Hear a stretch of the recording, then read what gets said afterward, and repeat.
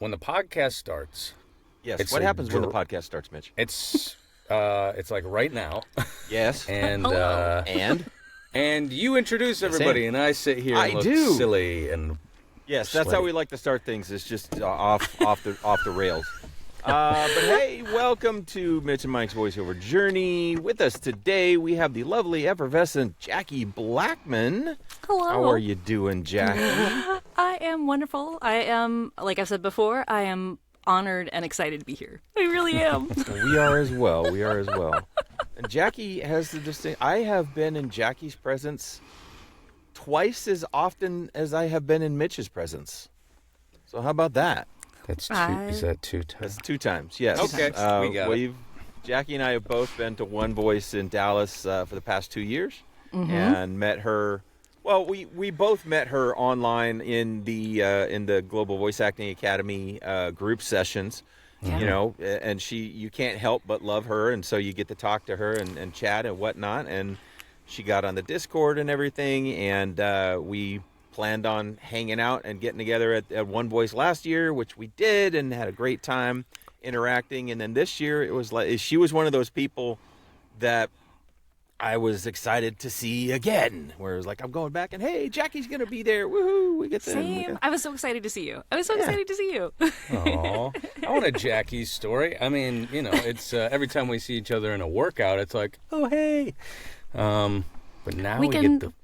We have the future. We have the future to build a story. Yes, sir. That's funny.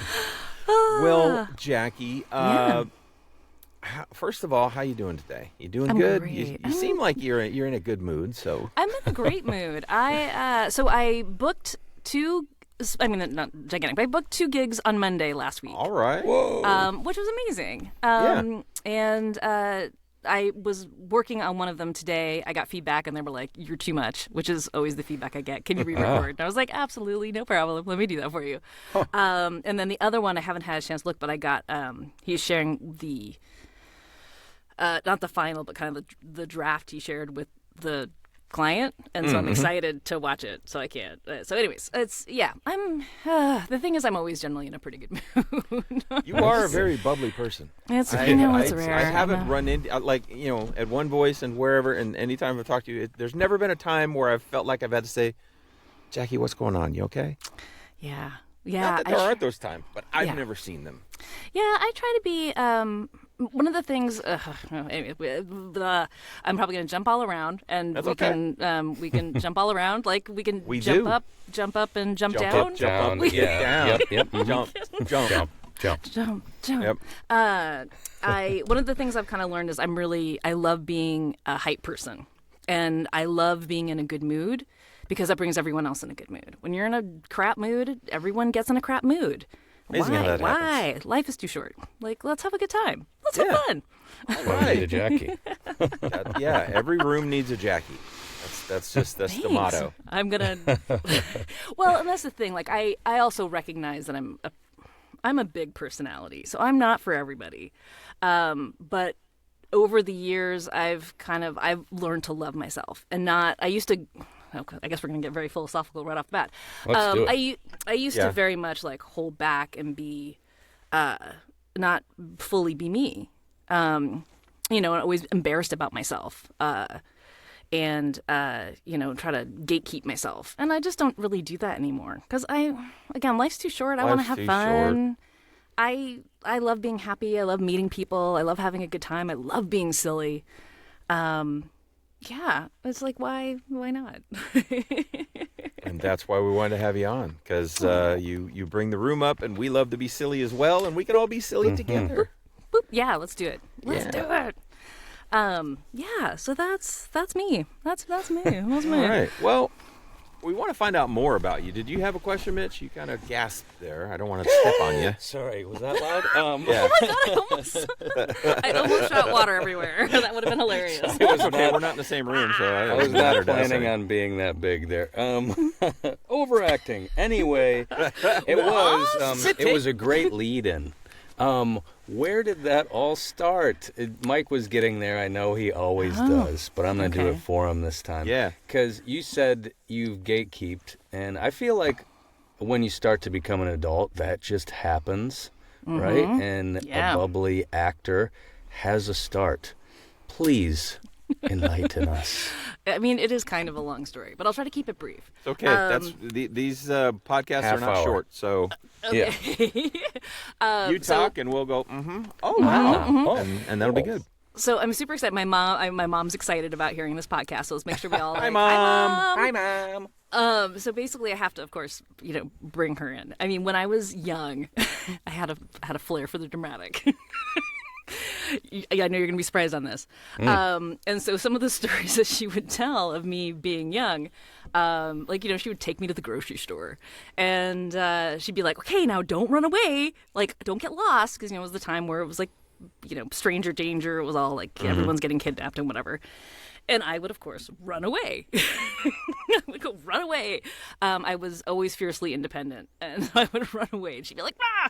And she'd be like, "Where is my daughter?" And and I'd see her coming, and I know she'd be mad. So I'd run up to a clerk, and I'd be like, "I'm lost," and I was like blonde-haired, cute little kid, and they'd be like, "Oh, you cute little girl, you're lost," and she'd be like, "Well, I can't be mad at her," that kind of thing.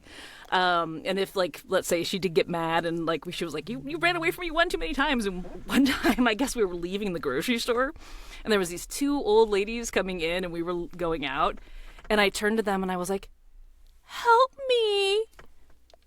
And my mom was like, "Oh God!" Geez. And the ladies were like, and she was like, "Oh." Anyway, so she loves telling those stories. She's like, "You always have the flair for the dramatic." Wow, that's bad enough back then. Imagine doing that now. Right. Mom would get arrested. Right. I know. I feel really bad, but I also think that's, also funny because that sounds like me. We can laugh. We can laugh now. Yeah, we can laugh now because no one got arrested. Yeah. But yeah, so I discovered theater in high school, like every acting person. You're talking to two of them. Yeah, I had a Yes. really, really great experience in high school. I had a fabulous, fabulous high school drama teacher. When I was graduating high school, I was like, I don't know what I want to do. I'm not going to go to college. I guess I thought I was going to go to LA or New York or something. And I don't know I really had no plan. I was just like, I'm just not going to go to college. It's not for me. But she was like, hey, I want you to talk to people at my alma mater. I think you would fit in. I think it'd be a really great thing for you. And I was like, oh, okay. And this was Texas Women's University in Denton, Texas. Okay, yeah. Yeah, and they had a really great theater department. And I met with the staff, and they were like, hey, we love you. Can we give you a little bit of money to maybe convince you to come? Wasn't a lot of money, but it was just a little bit of money, a little small scholarship. Wow. And I was like, all right. I was like, sure, whatever, I guess. Yeah. And so I had the best 4 years learning how to act and build sets and paint and hang lights and break down a script and, you name it. Like, it was the most amazing 4 years of my life. Then I moved to San Francisco, and then I did a lot of, black box theater. I worked with the Fringe Festival. They also had an Absurdist Festival, directed, acted, stage managed. You name it. I did it all. And then, of course, life happened, and you're like, I kind of need to pay my bills. Yeah. So you're like, when did you start needing to pay bills? At what age are you? Adulting sucks. Yeah. This was how old was I? I was working full-time jobs while I was doing theater, so not. So I think by this time I was 27 or something, and I was so burnt out because I was working a full-time job, and then I was doing theater 6 days a week, and I was just tired. And so I was like, okay, fine, I'll get a full-time job. And then I kind of put it aside. I didn't do it anymore. And I became a creative producer. Mostly worked in the beauty industry, lots of behind the scenes, writing, directing, putting the productions together from end to end, from the brief to deliverables, you name it. Is this advertising for the beauty industry, or? Well, it was mostly in-house. I was in-house, and so mostly it was the kind of social or digital advertising side, or even educational side. So it was either educating the customer or educating internal teams. Okay, yeah. And also internal videos and all sorts of stuff. So not I was never really on the big stuff, the stuff you would see on TV. Right. The stuff you would see, I was like, God, I'm sorry, this story is so long. I don't mean to have this be so long. You mean the story about your life that we asked you about? Yeah, you're doing, you're doing okay. Yeah. If we were Okay. bored, we'd cut you off and change the subject. But no, continue. Thank Shut God. up already. Shut up already. And so I went through that for a long time, and I liked it because it had some creative side to it, but mostly it was the less creative part, like, budgets and scheduling and shoot schedules and call sheets and, finding crew and whatever. I got laid off in 2016, and I had a really hard time finding a job. Like, I was so depressed. And this is in San Francisco still. And I don't know how And you were married by this time, right? Yeah. Okay. I've been married for a long time by this time. I've been married for a long time. I was a child bride. Wait, just kidding. hold on. It wasn't. Okay.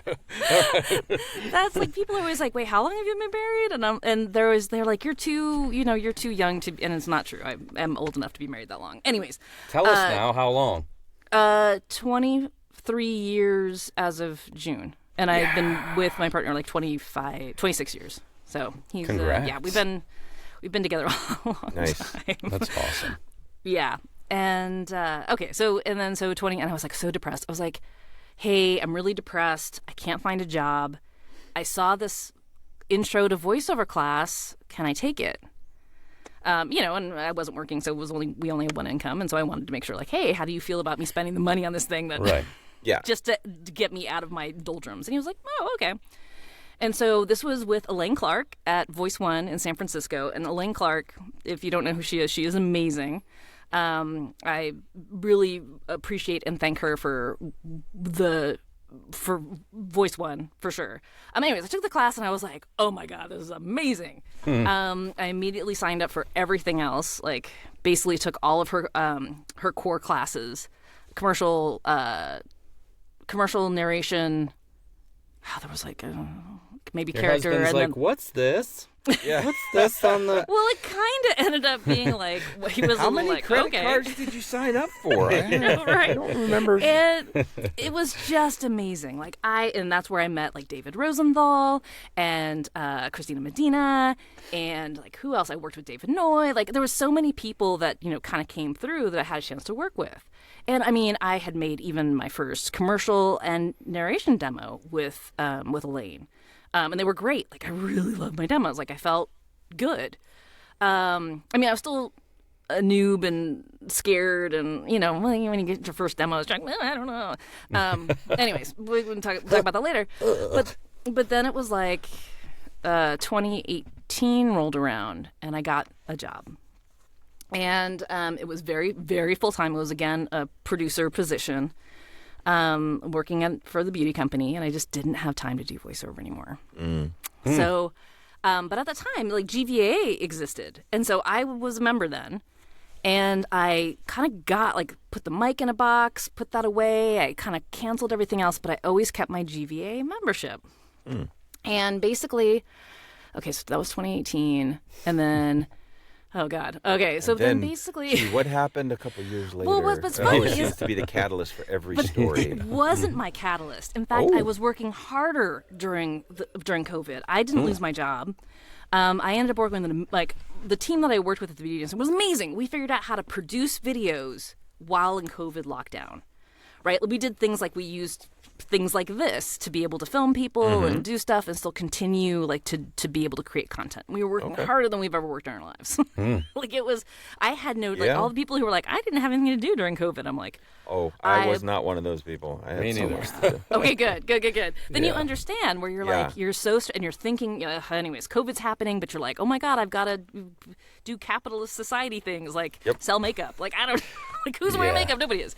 Anyways. Business must continue. Business must continue. Yeah.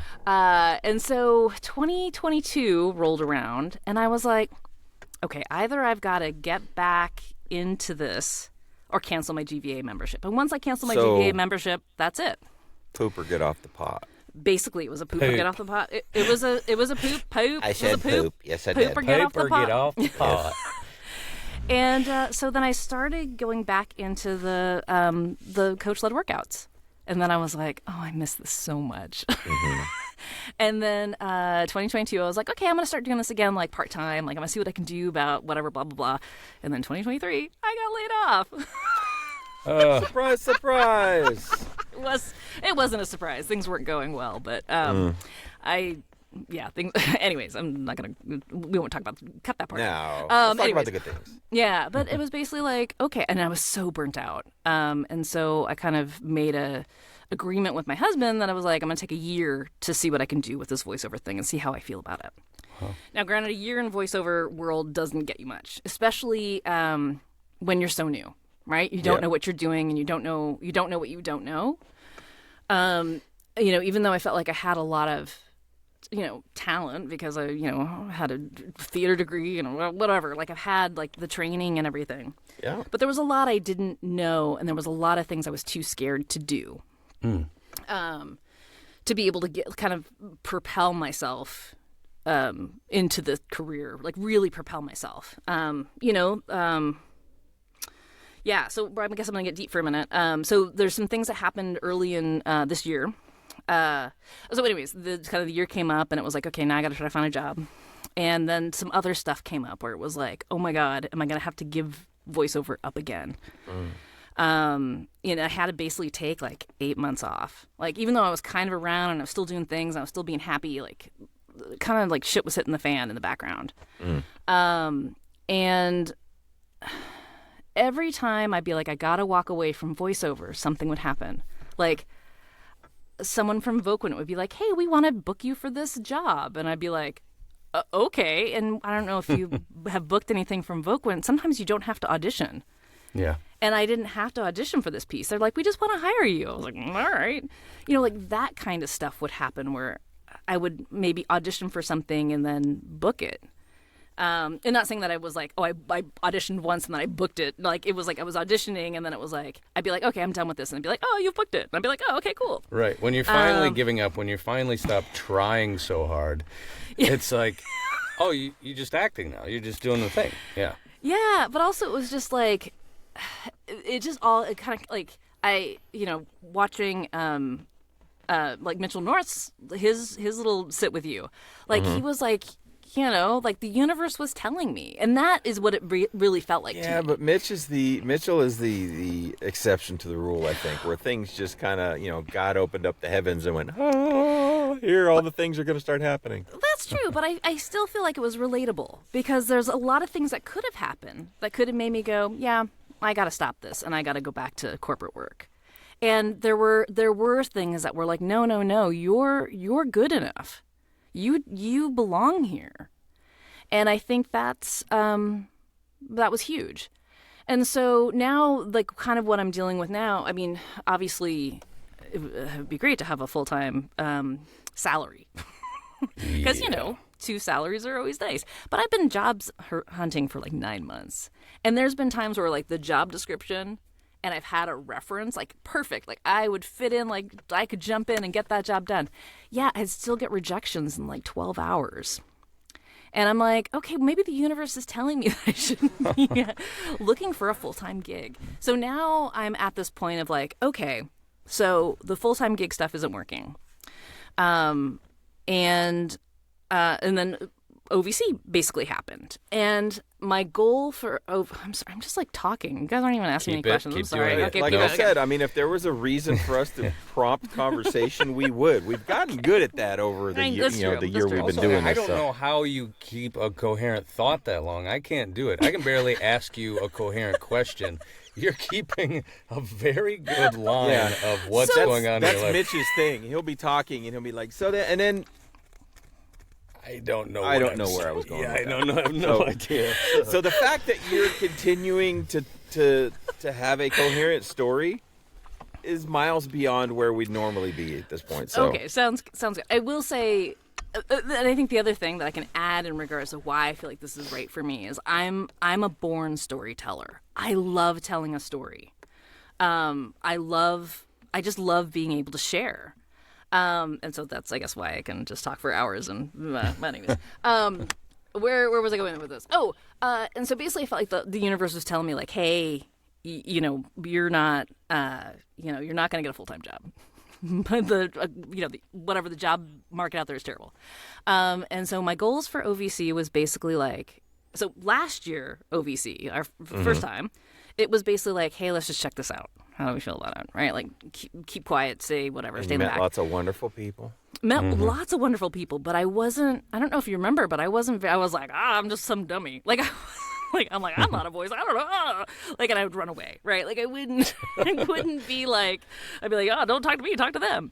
And so this year I promised myself I would introduce myself confidently and boldly to anyone and everyone. And then also do cold reads for people that, I haven't worked with before. And I was like, and if I can do that, if I can promise myself and meet these goals, then I can do anything. And yeah, so I went to OVC and I kicked ass. Like, I met people. Yeah. I had a great time. I put myself out there as a professional. Yeah, and it was just really good. Some really nice things I think are hopefully going to happen from some of the contacts that I made. And Nice. yeah, I feel like I've started like that yellow brick road that I'm going to start following. That's going to get me. I mean, whatever, man behind the curtain, we don't want to do, but like, will get me to where I want Get you to to the go. Emerald City. Yeah. Get me to the Emerald City. Where there's Anyway, a few so- dollars. There's Yeah. Hopefully, there's a few dollars involved in that. Dig up but them yeah, bricks on the way. Yeah. yeah, I do have a bricks. coherent question. I love Just it. sitting there. Okay, so you've put things together from start to finish. You've Yeah. done this. Yeah, And I've seen these jobs out there, and they're not full time, and they're for anything from commercials to animation to ultra indie animation, everything like that. yeah. Have you done any research on these things, or does that even sound fun anymore? Are you just done producing? It's time to act, or would you like to dabble in that sort of thing? Because Well, like it's- I've never done that. Yeah, so it's tough. I think there's a lot of things I loved about producing. One of the things I really loved about producing was kind of creating something out of chaos, right? You had nothing, now you have something, right? Like, there's something magical about that. But some of the chaos is chaotic. And I was actually talking to my old boss, because I'm trying to like figure out what all the different kind of hustling am I doing? I'm doing voiceover. What else can I do to try to bring in some money, right? Yep. And so I was having a really great conversation with her, and one of the things was like, I'm part of this job search council, which has been very helpful and very insightful into like myself and like how I think about myself and how I work and all that kind of stuff. And one of the things that they want you to do is kind of do reverse exit interviews with people that you worked for in the past. And I haven't talked to other bosses, but I really trust her. And one of the things that she said was like, you're great at producing. She's like, but you're a better creative, right? Like, so being a producer, there's not a lot of like you're executing people's creative vision, which on one hand is not bad depending on where you are in that process. But overall, that's not what you're doing. What you're doing is you're dotting the I's. Producing and is the crossing the T's. paperwork behind the creative process. Yeah. Okay. So you're making sure that the director doesn't go on some tangent and now wants, I don't know, like, I now want tree frogs, or whatever. And you're like, well, I can't Yeah. get tree frogs. Only and- brown M&Ms. yeah, or whatever, right? And it's true, like having to do lunch orders, like okay, so a lot of the creative producing I've done has been on small teams, right? Where you're doing kind of everything. Like I might be directing talent Yeah. and taking out the trash. Like, you know what I mean? Yeah. It's like we all roll up our sleeves and there's no real hierarchy. You're not going to be a diva. Like you're going to do stuff that you don't want to do. If maybe- you can get Oh, yeah, sorry. Go ahead. Maybe No, I this see where is he's going with this. maybe Yeah. this is more for me. yeah, than okay. But let's just chop off producing, right? Okay. You don't do that anymore. Throw that Creating. away. Take that trash out. Creating. Creating. Take the trash out. All right. But you're left with so much more that I need you to be, everyone else needs you out there. we need someone casting on our side. You know what I'm saying? Hello. Yeah, We need a Jackie caster. We need a director. You've directed, you said, and produced at the same time. You've juggled those. If you were just a, I'm just wondering, like, we don't know a lot of people who've done it all, and you already have. Like, I wonder. Oh my gosh, I'm so excited for you. And you're a great actor. It's like. It's kind of bullshit, really. Like, you get all that stuff, and I don't get all that stuff. How dare you? Well, but the thing is, I'm one of those people who want to share. Like, I think one of my favorite things about producing was doing. Everything I did was non-union. I didn't do any union. I worked on all the small stuff. Well, hey, that's where we are. It was non-union doing the small stuff. Negotiating with agents and working on like the talent releases and all those kinds of things. So like kind of that legal, like.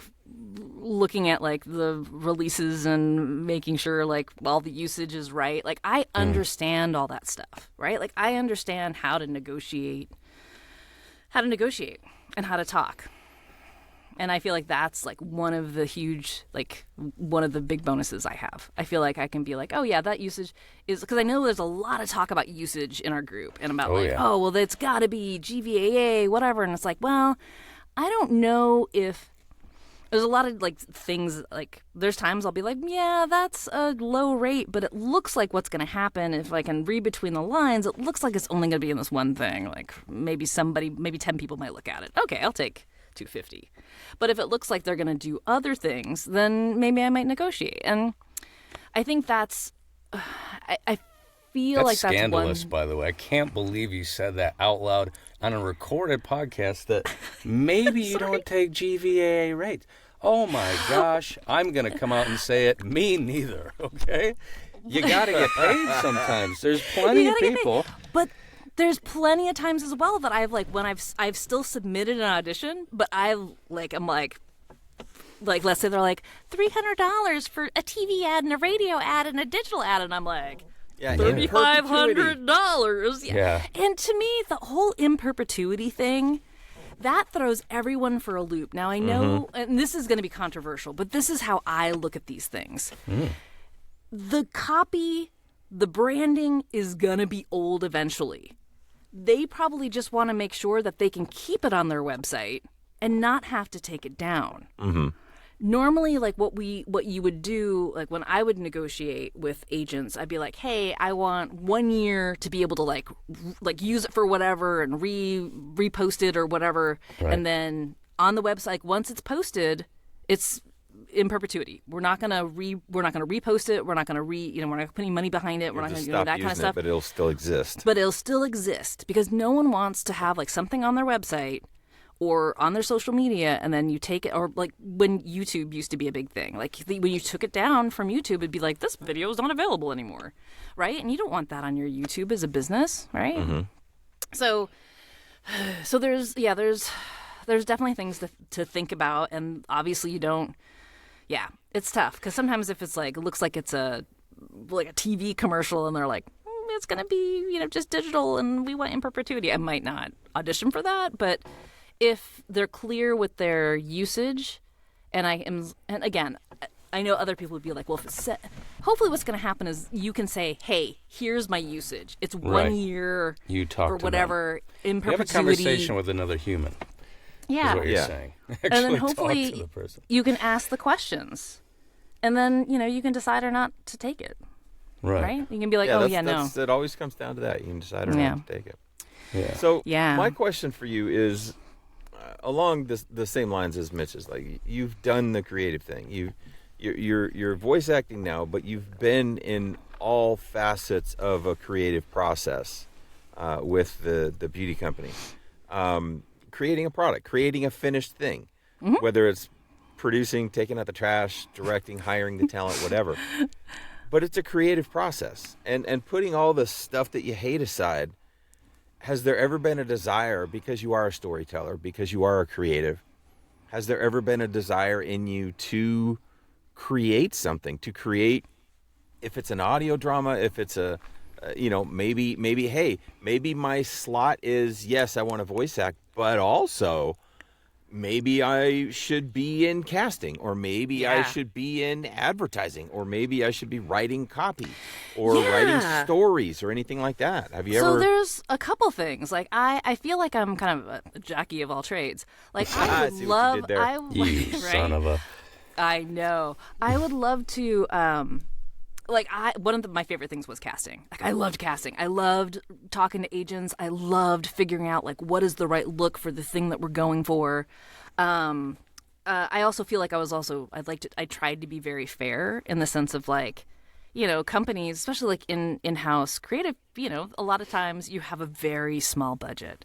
And so like a lot of times if I'm looking at something like the GVA rate guide, like we didn't have the budget for that. We would be like, hey, we got this. Yeah. And so we generally would get like the new faces, you know, people who don't have as much experience or whatever.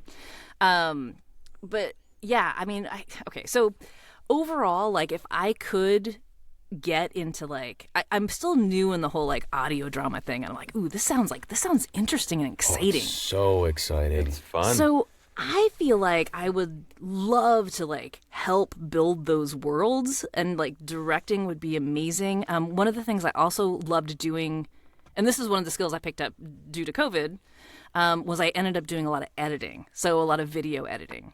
Okay. I love video editing. I love telling a story that way. And even if it's like, you know, we would have to deal with things like, oh, I shot this on my iPhone, and we, you know, and this is old footage that we had from this thing that, you know, before lockdown. And, you know, you'd be like, okay, and I'm going to interview this person out in a park, you know, and you're like, it's having to take all these kind of not connected things that look awkward on their own and try to make it be a cohesive story. Another thing that I was really, that I really love is capturing testimonial stories. I love interviewing real people or just people in general. I love getting their information. I love making that a story. I love like all that kind of stuff. So I feel like I missed my opportunity to actually be a podcast person. Well, but I mean, okay, so all of this stuff that you love to do, that you have experience doing, is it something you feel like maybe you can market in addition to a voice actor?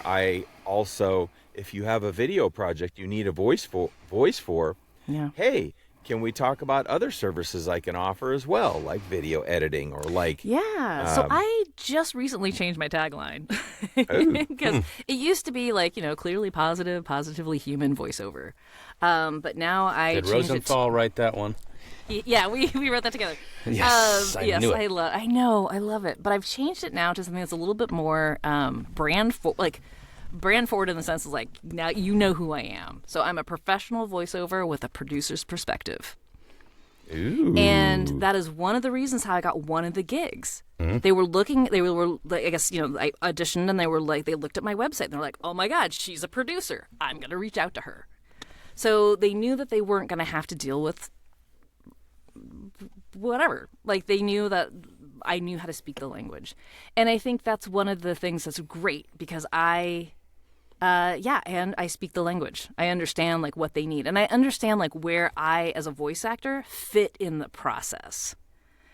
I can't tell you how many times like, you know, we'd have a talent and they'd make your life difficult because they didn't understand where they kind of stood in the process, right? Like they're like a small little nugget in this gigantic thing This is something you know that we don't know.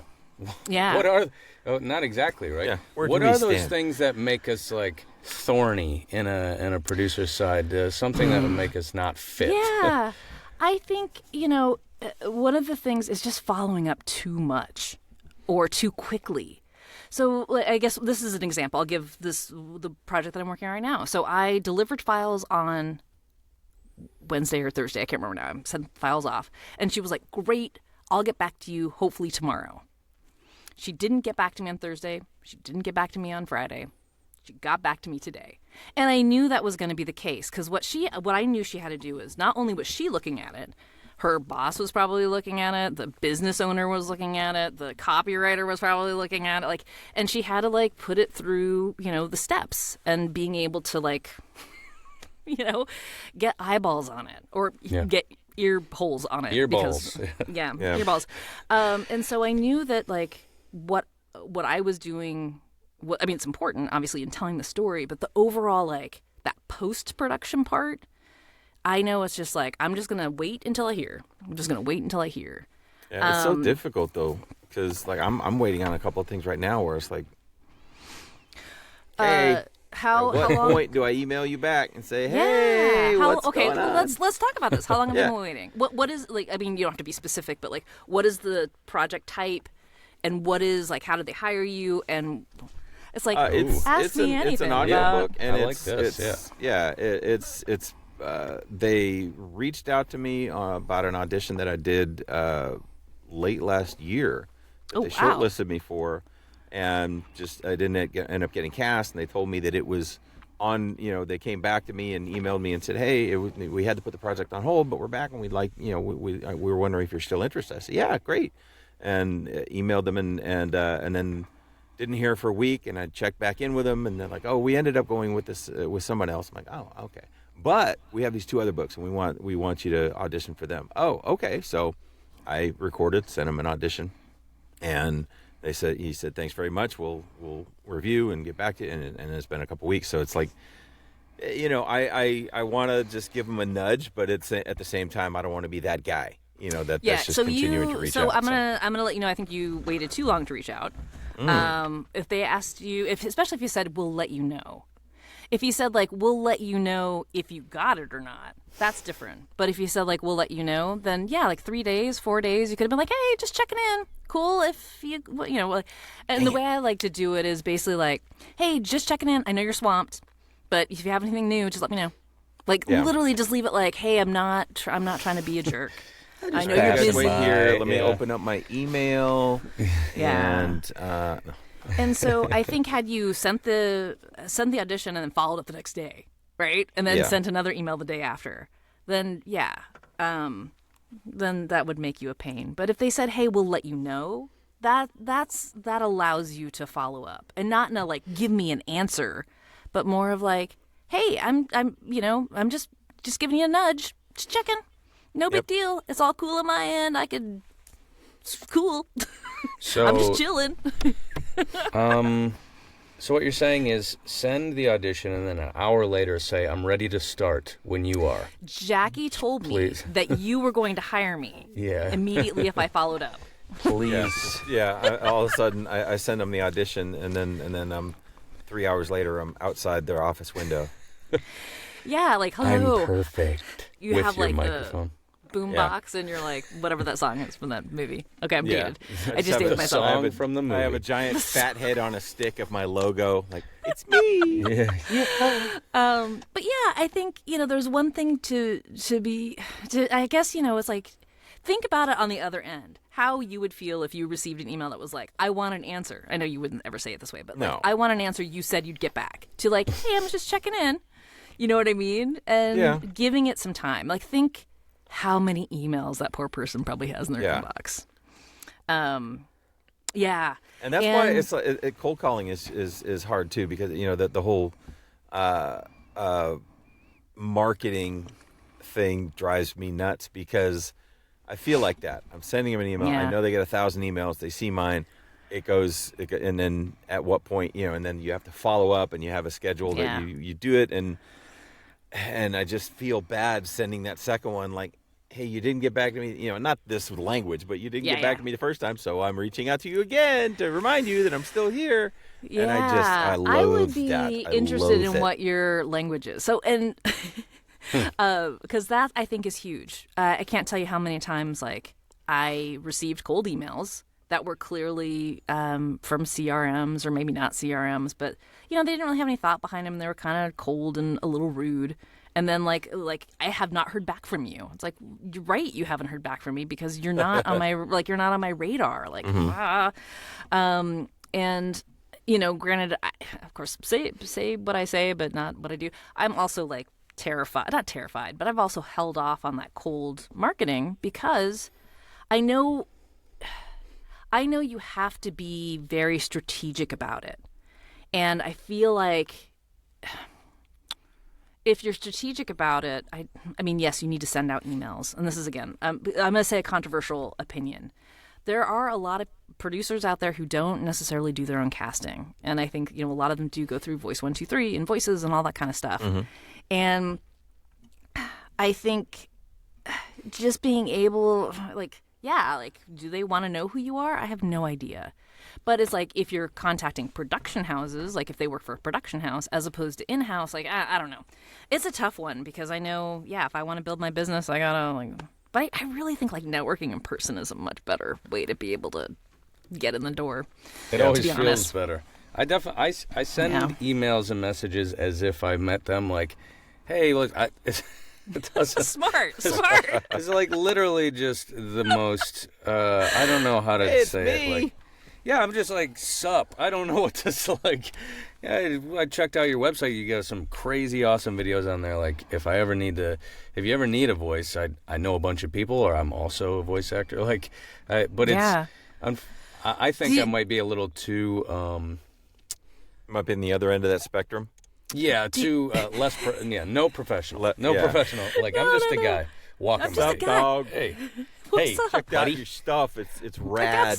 I got this mic and I got stuff. You need someone to talk. I'm your guy. Yo, hit me up. Yeah. Can I ask a question? Yeah. What's your CTA on your emails? What's your call to action for them? This is really embarrassing now. It's normally hey, I'm a collaborator, so if you ever need someone to just chat about a project, or if you need a voice, I'd love to chat, and that's it. Okay. Love to chat. Do you think they have time to just chat with some stranger? I have no idea. No, probably not. Yeah, but they don't. No. They don't. I don't know. I've tried the very bold call to action, put, if you want my voice, I'm here for you, or what. I don't know. That's kind of why I brought it back to you when it was what else are we bringing to the table? Because my other bringing to the table is that, as I've been told, I'm kind of a good hang. I can spitball ideas, and I don't know how to concisely say that without being I'll write your, do everything for you that you need. You know what I'm saying? Yeah. Thank you for your help, by the way, on air. I think, what I would suggest is your call to action should be hey, do you have a roster? Or is there a particular company you work with? Or, something along those lines. Because to me, if I got your email saying, hey, do you want to chat? I'd be oh my God, I'm going to be here till 9. I don't have time to chat with even my husband. Yeah, you know what I mean? Nice. No, thank you. I am going to switch that up. I did the roster thing. Yeah. I'm on a zillion what were the ones that you responded nowhere. to when you were casting, when you had creatives reaching out to you, whether it was for voiceover or on camera or anything? Yeah. When you had people reaching out to you, what were the ones that made you go, wait a minute, let me stop and look at this a little closer? Well, to be honest, I didn't. We didn't do a lot of voiceover work. So nor do we do a lot of acting. And I just always be hey, I go through agencies. Or we would literally, I was mostly looking for models, right? Maybe models who could talk on camera, but I wasn't looking for anybody who was necessarily weren't actors. So generally speaking, I'd be honest with them. If I had time to respond, I'd be hey, we don't do, but well, that's not true. There was a couple times I could clearly tell people were I'm on the Mark Scott, marketing plan thing, which is great, but it's I could tell that they weren't doing some of the things that Mark Scott would tell you to do in an email. And I wouldn't respond to them. But people who I was hey, I'm so-and-so, and it felt it had warmth and it was they were really contacting, whether or not it was from a CRM, it just felt like it was coming from a human as opposed to I was told I need to reach out to 30 people a day. That would be weird to tell someone.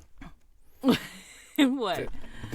I was, it's part of my lesson plan to reach out to you, and not I checked out your website and you have really nice stuff. Anyone doing that, but or hey, a little, it's I don't know, it's you want to find that sweet spot of not too long, but you get to the point right away, but you also don't want to be it's hard. I know it's hard.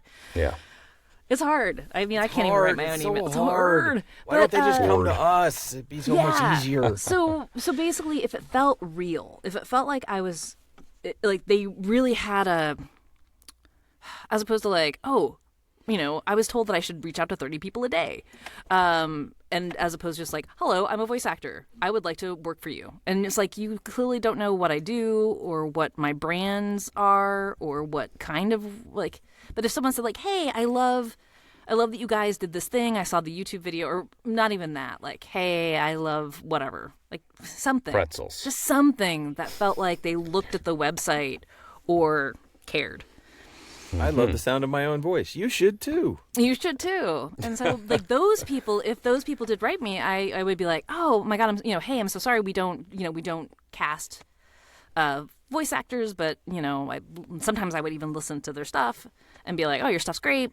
I'll keep an eye out. But I would try to be honest with them. I'd be like, normally, we would generally always cast through agencies anyway. I mean, I didn't have time to like do my own. Yeah. Cast. I tried to do my own castings a couple times. And you're like, oh my god, I'm never getting home. I guess it really depends on who you're marketing to as well. Yeah, what the pitch is. If you're going direct to a auto shop, or if you're going to a production house for video games or whatever, it's got to be a different tact, I would think. Yeah. And also like, again, like if you don't send the same email, like I felt like, again, like one of the things I was saying is like I have to email 30 people. Part. It's the same email. You want to find that balance, because I know people that have the form email and they send it and maybe put a little bit of personal stuff in there, but there's that fine line between that makes it easier but more robotic. But it's such a slog if I had to do 30 emails that were specific every day. Yeah, I think I would just cut my fingers off and say, I can't type anymore. But do you think you would be more strategic? Like, do you want to work for automotive shops, or do you like? No. So that's the thing. Like, so then you would be like, okay, I want to hit like production companies that do e-learning, or and then you would be like, here's my, I don't know. I love e-learning. I love e-learning. I love people learning.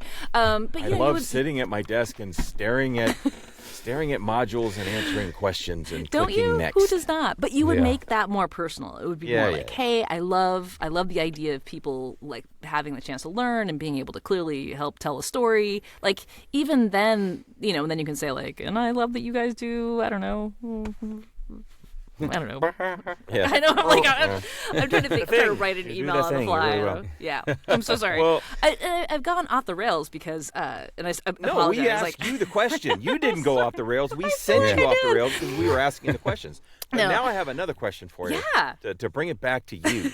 We were peppering you because we're like, oh, we want to know because you've been in the. Yeah. But now I want to bring it back to you. So. Well, can I say one more thing before we get off this? I am happy at any time, not podcast time, to help out, like to give you my 2 cents. I can't say that it's gonna get, because every producer is gonna think something differently. Mm-hmm. They're gonna feel differently about like an email or a reach out or a call or whatever.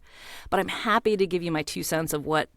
I mean, again, I've done some writing in the sense of like marketing, and I know like kind of what sells sometimes. Like, I'm happy to I would love to share my knowledge and help people out. You heard that? That's Jacquie at JacquieBlackman.com. That's Jacquie at JacquieBlackman.com. JACQU. Yeah, and I take payment in. I was going to say like lattes or something. I don't know, but I mean, no, seriously. I mean, for maybe for just Starbucks you guys gift first. Card. Sure. But basically, like, I want to I think the only way you can. Okay, so this kind of goes back to your question, Mitch. I think how to kind of be able to transition is to be able to be like, hey, I have these skills and I'm happy to help.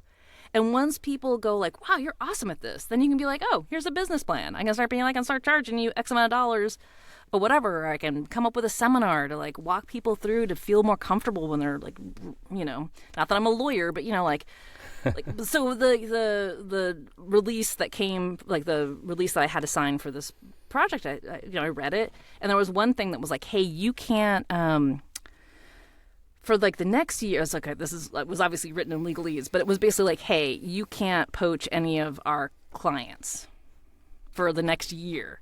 And I was like, hey, so since I'm a voiceover artist, I feel like this is a whole different thing. Like, can we cut this or can we shorten it? And they're like, oh yeah, this doesn't apply to you. So the idea of knowing when you can like ask questions and and do things, right? Because I mean, basically that was then cut off off the contract, and I didn't, now I can hopefully, I don't know who their clients are, but if they happen to hire me, or if they're happen to do some voiceover stuff, then I can work for them, or producing or whatever, right? Like I don't have to worry about that. It was like basically, they wanted to be exclusive, and I was like, well, I don't think that's gonna work. Anyways. All right, That's so helpful. I mean, it's helpful to us and you. So we're all winning. Yeah. we're all Charlie Sheen. Winning. We're all winning. So bringing it back to you, okay? You're at this point now where, through circumstances, job on, job off, you've thought you want to go back full time, but then now you're like, let's see what we can do and all this. Okay, so you're at this point. You're giving it your all. What's the short-term goal, and what's the long-term goal? What's like, okay, in the next year or in the next whatever, here's what I'm working towards. Here's what I already have in my head that I'm working towards. But then what's that thing that like, if I could just attain that would be so awesome. Yeah. Okay, so short term, I have a couple of short-term goals. In fact, I was working on them today. So I base my year from my birthday to my birthday, as opposed to from like January to the end of the year. Okay. And my birthday was in August. right. And so Happy I've been birthday. kind of thank you.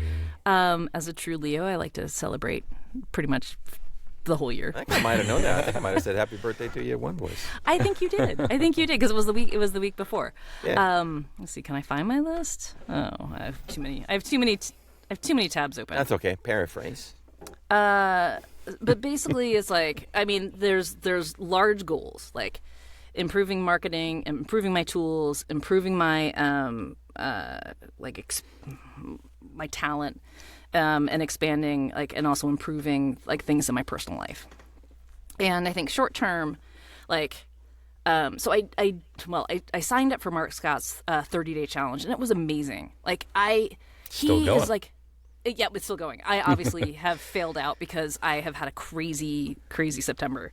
But every time I'm like, wow, this is it's so good. His information is so amazing. And I'm like, so anyways, I signed up for the 90 days. I'm probably going to fail at that too. But I'm super excited about doing that because that is, I think, my biggest miss as of so far is that, okay, you can't get hired if people don't know you exist, right? If they don't hear you, they're not going to hire you, right? Who's Jacquie Blackman? I don't know. I've never heard her before.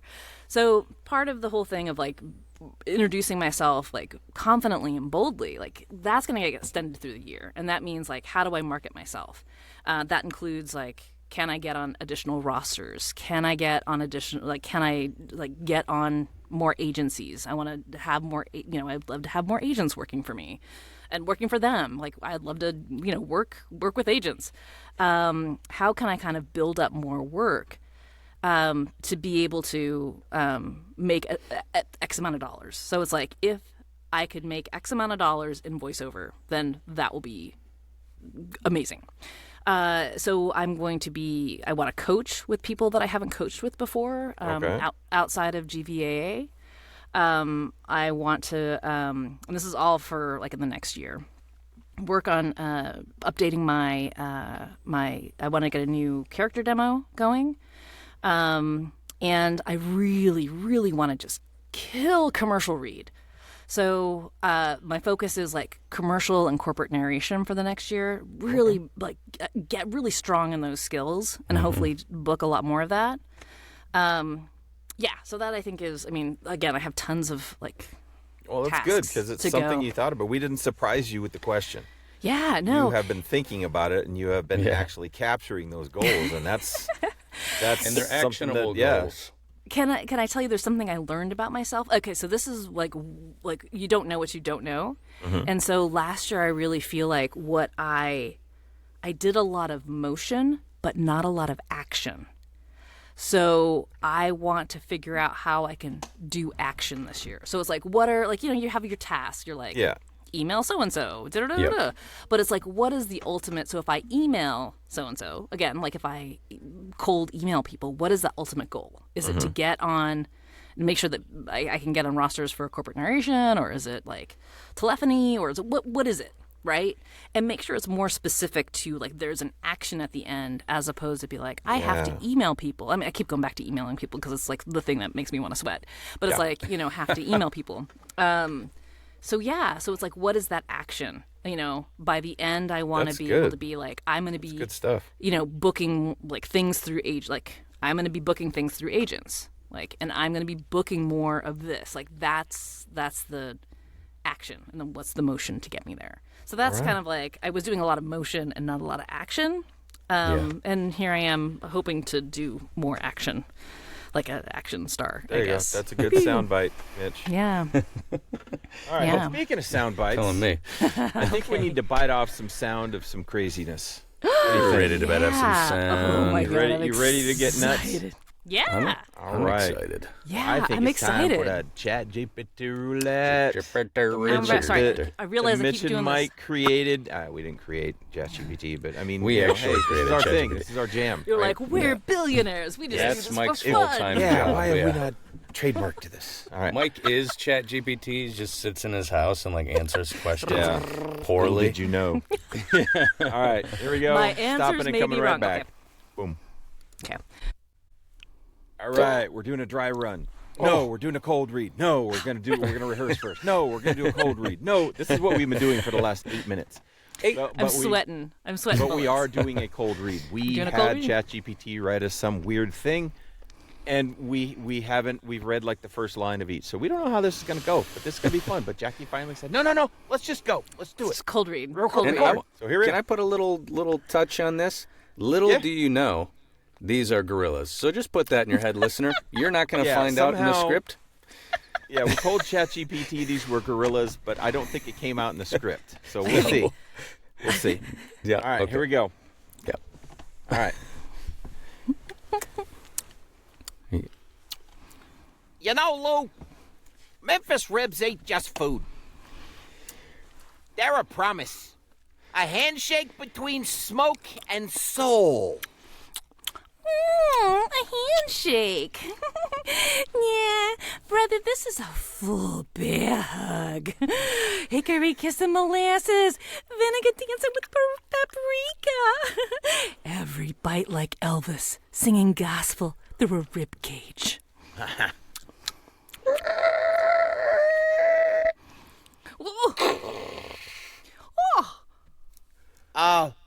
Lou, that car, it's bleeding brisket. Oh, that ain't a car, Hank. That's a traveling smokehouse on wheels. Look at that. Don't ask questions. Just eat, okay? Just eat. Well, Bobby, why do you look like you're like a rib platter wrestled you into submission? And why is your back seat full of coleslaw? Like overflowing. It's leaking out the tailpipe, Bobby. It's leaking out the tailpipe. I robbed the Sticky Pete's Rib Shack, okay? What? I couldn't help it. Loaded the car with pulled pork, ribs, banana pudding. I thought I could handle it, but the sauce was too strong. You robbed the holy place there, Bobby. Temple of meat. How could you? Oh, you're not a gorilla anymore, Bobby. You're a legend. You're the barbecue bandit. Just take it. It's smoked bologna, the family recipe. May it guide you when the sirens come. No. Kind of tastes like destiny. And maybe a little radiator fluid. We're not just eating, fellas. We're baptized in barbecue. This is the Cadillac gospel. Take it in. At least I go out sticky. Tell you what, it's the best night ever.